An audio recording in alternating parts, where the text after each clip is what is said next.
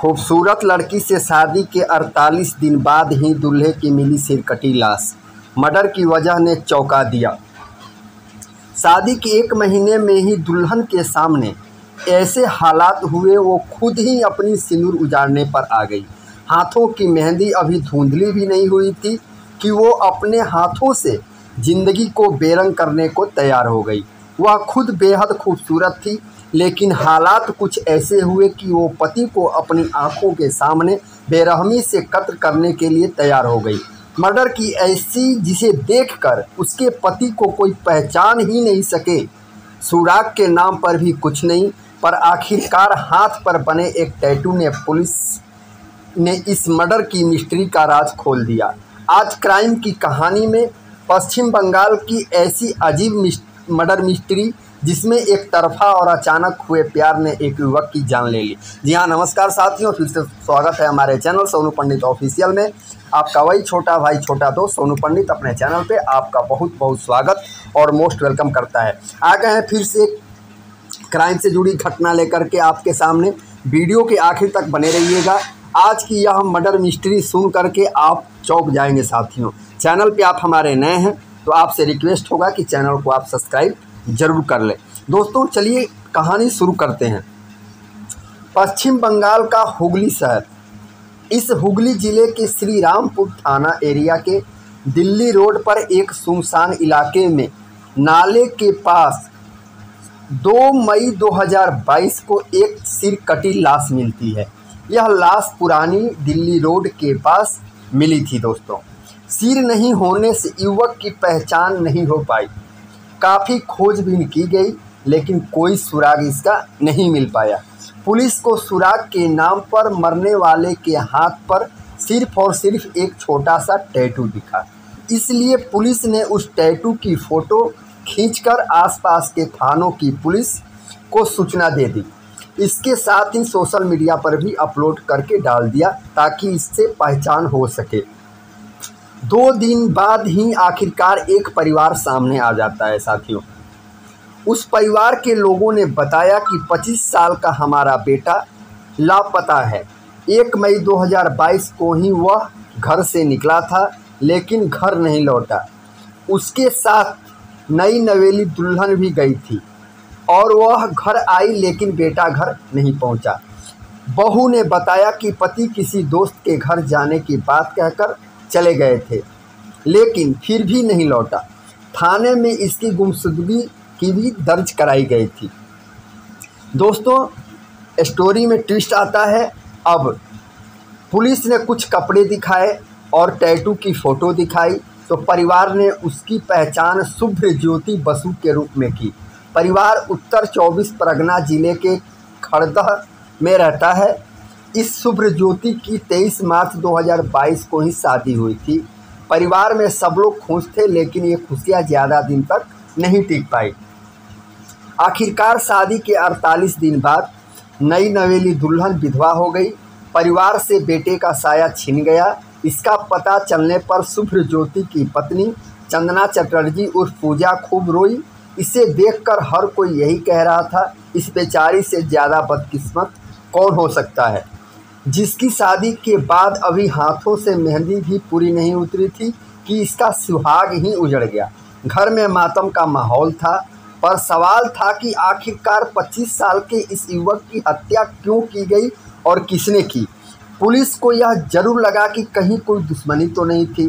फिर परिवार से लेकर रिश्तेदारों और पड़ोसियों से पूछताछ की गई, लेकिन ऐसा कुछ भी सामने नहीं आता है जिससे पुलिस पता लगा सके। अगर कोई दुश्मनी नहीं तो आखिरकार ऐसी कौन सी वजह थी जिसके चलते शुभ्र ज्योति का मर्डर किया गया था। फिर हत्या हुई तो उसका सिर आखिरकार कहाँ गया। उसकी इतनी बेरहमी से हत्या करने की वजह क्या थी। ऐसे तमाम सवाल थे जिनके जवाब पुलिस के पास नहीं थे। इसके बाद परिवार के लोगों ने 1 मई को लापता होने वाले दिन के बारे में पूरी जानकारी पुलिस को दी। इसके बाद पुलिस को बीवी पर शक गहराया। घटना की जानकारी वाले दिन तो वो होश में नहीं थी, लेकिन फिर पुलिस ने उससे पूछताछ शुरू कर दी।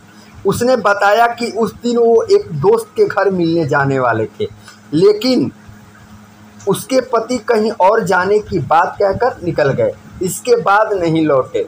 इस जानकारी पर पुलिस ने पड़ताल की तो पत्नी की बातें पूरी सच नहीं निकली दोस्तों। पुलिस ने साथ में ले जाकर पूरी घटना का डेमो कराया तो पत्नी घबराने लगी, झूठ बोलने लगी। यह देखकर पुलिस का शक उसी पर बढ़ गया। इसके बाद जब पुलिस ने अपने तरीके से पूछताछ की तब उसने पूरा सच बताया, जिससे जानकर पुलिस भी दंग रह गई। पूजा ने पुलिस को बताया कि शादी के बाद हम दोनों बहुत खुश थे, सब कुछ ठीक चल रहा था। इसी बीच उसकी एक दोस्त ने अपने घर पर हम दोनों को मिलने के लिए बुलाया था। पूजा की सहेली का नाम शर्मिष्ठा भास्कर है।